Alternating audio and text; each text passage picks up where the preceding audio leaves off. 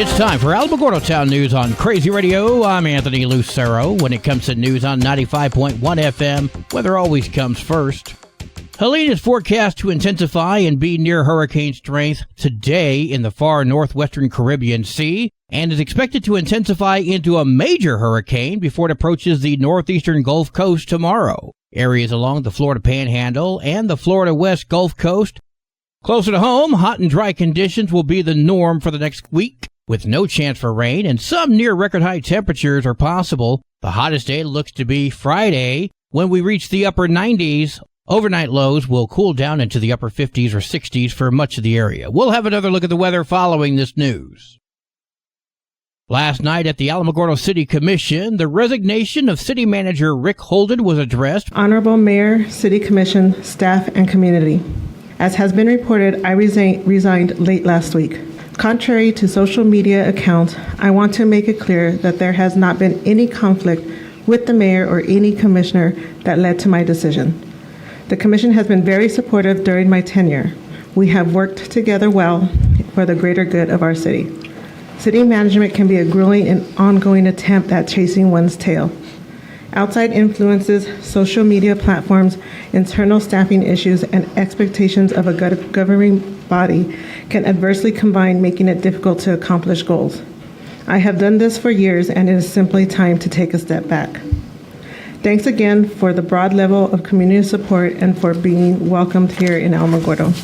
I do plan to stay in the area, and who knows, I may become a familiar audience participant here in the commission chambers. Respectfully submitted, Rick Holden. And then I also just wanted to personally thank the commission for selecting Rick as the city manager. After the summer of 2023, he is what the city needed.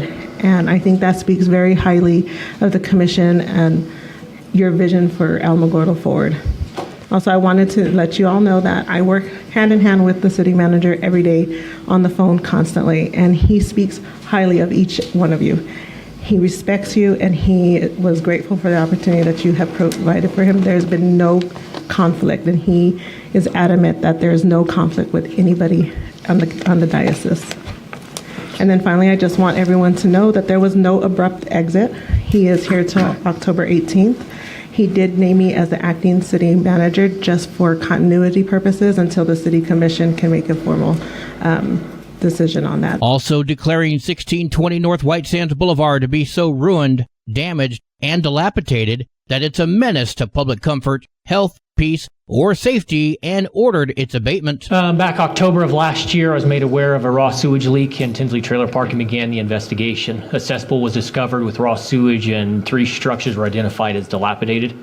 On the 6th of October as well, I applied for an administrative search warrant, and it was granted and executed that search warrant. On the 16th, I mailed a certified notice of violation letter to the P.O. Box for the Tinsley Trailer Park, as well as hand-delivered one to Miss Sewell, who is one of the owners. On the 12th of March of this year, another raw sewage leak was reported to code enforcement. Another investigation began, resulting in a small cesspool of sewage being discovered. And then on the 13th of this month, another raw sewage leak was discovered. It's actually 2 different large cesspools discovered at this point at Tinsley Trailer Park. There's 20 violations of the International Property Maintenance Code for this particular property. This is one of the buildings that is dilapidated and needs to come down. It's bad. The roof's bad. Sides are bad. Windows are bad. Was probably a nice structure many decades ago, but it just hasn't been cared for in many years. And motion passes 7-0. See the meeting in full on the City of Alamogordo YouTube channel. Public Charter Schools of New Mexico is awarding $4 million in funding to 2 New Mexico charter schools. The Sacramento School of Engineering and Science in Alamogordo is one of those schools. It'll be the first public charter school in Alamogordo and focused on science, technology, engineering, and math education. The funding will help support the school, which will serve students in 9th to 12th grade. The funding will come as subgrants of the Charter School Program grant awarded to the Public Charter Schools of New Mexico from the U.S. Department of Education in 2023. After fires and floods devastated the village of Ruidoso and surrounding areas over the summer, insurance companies have been getting out of insuring homeowners and buyers. Over the weekend, Governor Michelle Lujan Grisham held a Cabinet in Your Community town hall for Ruidoso residents impacted by the fires and floods. The panel of government officials helped Ruidoso residents with services like child care, Medicaid, and food stamps. She also announced new plans to help residents with their insurance troubles. She signed an executive order that mandates insurance companies to extend insurance coverage for one more year. If your insurance policy was canceled or not being renewed, you can reach out to the Superintendent of Insurance's office. The road closure on East 10th Street between North Scenic and Scenic Place continues due to road repair. Drivers heading westbound on East 10th that need to turn right onto North Scenic Drive will be detoured onto Scenic Place. This road closure will be in effect until Friday. Paint striping, water blasting, and thermal marking will be performed for multiple areas of Alamogordo through Friday. The paint striping will occur in the daytime. Water blasting and thermal marking happens overnight. Due to the wet paint and potential for undesired spray, residents and business owners need to avoid parking on the affected streets and remove any parked vehicles off the roads during work times. The bridge located west of the intersection of Washington and 10th is under construction. You can anticipate lane closures, detours, and congestion during this time. Work is being done on the north and south sides of the bridge, resulting in a slower speed limit down to 25 miles per hour. That's on 10th between Utah and Washington.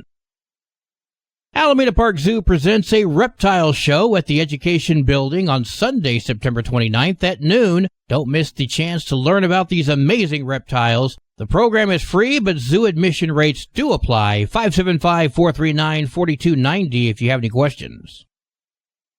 The Lincoln National Forest will host a free public tree planting event at the Trestle Recreation Center Saturday, October 5th from 9 until 3:30. Volunteers can arrive at the Trestle Recreation Center as early as 9 a.m. to register. Please wear appropriate clothing and footwear and bring essential items such as water, lunch, sunscreen, and any protective gear. Limited gear and tools will be available on hand. If you have any questions, see the Lincoln National Forest Facebook page. Well, today is Wednesday. It's time for This Week at Thrive with Stephanie Hale, and she's going to discuss Alamogordo Night Out. Hi, this is Stephanie Hale with Thrive in Southern New Mexico. Thrive is proud to be a community partner of the Alamogordo Police Department, and this year we have partnered up to host Alamogordo's Night Out on October 5th from 4 p.m. to 8 p.m. at Washington Park. Get in on the action and team up with your local law enforcement for an evening of family fun. There will be live music, food trucks, and many other community partners available to provide information of what's going on around Alamogordo. Squad up with your heroes at the Alamogordo's Night Out, hosted by the Alamogordo Police Department and sponsored by Thrive in Southern New Mexico on October 5th from 4 p.m. to 8 p.m. right here in Washington Park in Alamogordo. For more information, you can reach us at 575-437-8400 at 1601 10th Street in Alamogordo, or jump on our website, letsthrivnm.org. That's it for this week. I'm Stephanie Hale with Thrive in Southern New Mexico, and I'll be back next week and every Wednesday right here on Crazy Radio. News from around the state in just a moment. This is Alamogordo Town News on Crazy Radio. I'm Anthony Lucero. Local news from local perspectives, from local voices. AlamogordoTownNews.org. Local sports, local events, and local happenings and more. Nonprofit owned and operated by Second Life Media. We are Otero County. AlamogordoTownNews.org. Heard daily on Crazy KALH Radio 95.1. Directory Plus is the right size book. It's the book if you need a phone book. That's what just one person has to say about Directory Plus. With its red cover, features, colorful yellow pages, and lots more, it's no wonder people all over use Directory Plus. It has so much more information. You can cross-check phone numbers or addresses or pretty much anything. Look on the plus side, Directory Plus. I'm a big fan of Directory Plus. Battalion Search and Rescue says looking for people lost in the hot southern New Mexico desert is physically demanding. And instead of the satisfaction of handing a person a life-saving bottle of water, typically you just find skeletal remains. They've continuously reported their findings to the Donna Ana County Sheriff's Office, but are not receiving a lot of cooperation. Abby Carpenter spoke with KTSM. We get that same sort of, why aren't you at the site? Why didn't you call this in sooner? What's your crossroad? What's all this personal information? We can't fill out our form without that. And Your form's not my issue. I've given you such accurate information. Please collect the remains. Carpenter says that after locating 20 sites with skeletal remains west of Santa Teresa in the past year and notifying authorities providing map coordinates and the like, the bones at 15 of those sites are still there.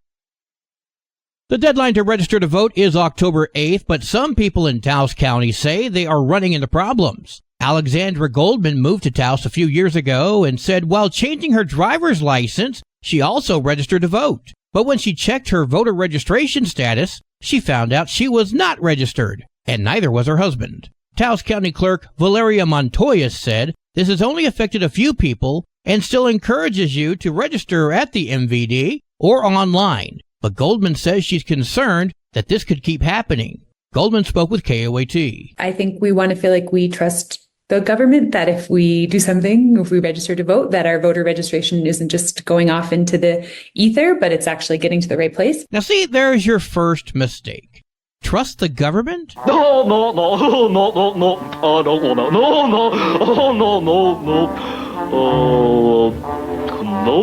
Not even a little bit. The Secretary of State's office says they remain confident in the secure voter registration process occurring at MVD locations and suggest if you have any problems to follow up with the county clerk. Due to the pattern of hiring and then losing agents, the New Mexico Children, Youth and Families Department is considering a proposal that could change the hiring process, and some advocates are very concerned. The department said the proposed changes would widen the pool of potential candidates, particularly those who have a misdemeanor on their record. However, child welfare advocates, such as Marilyn Beck, the executive director of the New Mexico Child First Network, and she's also an Aspen Institute Civil Society Fellow, expressed her concerns to KRQE. We have got to do better. And I just would like to understand what we're thinking about lowering the bar to include any offense. CYFD clarified that candidates with a felony conviction would still be excluded from any consideration. The department emphasized that the rule change is meant to allow for greater flexibility in hiring individuals who have minor past infractions while still maintaining a focus on child safety. The public will have an opportunity to weigh in on the proposed rule change at a hearing scheduled for October 24th. So why not felonies anyway? I mean, these people are paid to kidnap children from good homes and then extort the parents. At the same time, they typically return kids to bad homes, which results in the kids becoming severely injured or killed. How about we scrap this entire department and start over? I don't know. I think they should be directly under the control of the county, under the watchful eye of the sheriff. What say you? The state of New Mexico is expanding benefits from SNAP, that's the Supplemental Nutrition Assistance Program, and applies to recipients 60 years of age or older or those with disabilities. The minimum supplement will go from $32 a month to $100, and this will affect over 26,000 New Mexicans. Sports and weather are coming up next. This is Alamogordo Town News on Crazy Radio. I'm Anthony Lucero. They are role models and educators. Their work requires a great deal of time and energy for very little pay. Who are these unsung heroes? Thanks, Coach. Thanks, Coach. The simple truth about education-based athletics in New Mexico is this. Without a committed team of coaches and administrators, that just wouldn't be possible. School sports, they bring out the best in all of us. This message presented by the New Mexico Activities Association and the New Mexico Athletic Directors Association. Only one match for New Mexico volleyball today. That's Manzano at Manal. Your Crazy Radio spot-on weather forecast for the Tularosa Basin today calls for sunny skies. Mostly clear tonight, sunny tomorrow. Your high today in the basin, 88. Low tonight of 62. High tomorrow, 89 degrees. In Cloudcroft, sunny skies today, winds gusting up to 12 miles per hour. Mostly clear tonight, winds gusting up to 12. Sunny skies tomorrow. Your high today in Cloudcroft, 67. Low tonight of 43. High tomorrow, 69 degrees. Local breaking news can be found on our website, alamogordotownnews.org, and learn more about Crazy Radio by visiting kalhradio.org. Also, check out the Crazy KALH Radio YouTube channel. That's where we post our daily newscasts, complete interviews, and other information which concerns everyone in the Tularosa Basin. Be sure to give this video a like and subscribe to our channel if you've not done so already. That way you too can remain informed of the goings-on in the Tularosa Basin. That concludes today's edition of Alamogordo Town News on Crazy Radio. I'm Anthony Lucero.